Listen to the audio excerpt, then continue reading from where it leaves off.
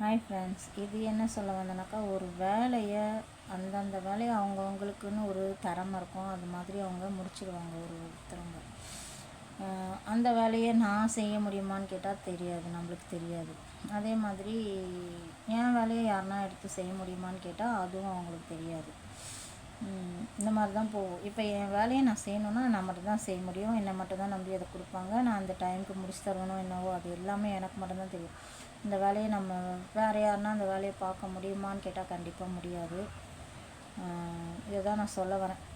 இப்போ எங்கள் அப்பா இருந்த இடத்துல எங்கள் அப்பா அவ்வளோ டேலண்ட்டாக வேலையை வாங்கி வேலையை சொல்லிகிட்டு இருந்தார். இப்போ அந்த இடத்துல எங்கள் அப்பா இல்லை. அந்த வேலையை செய்யறதுக்கு எவ்வளோ ஒரு ஒரு ஆளும் ஒரு ஒரு பண்ணுறாங்க.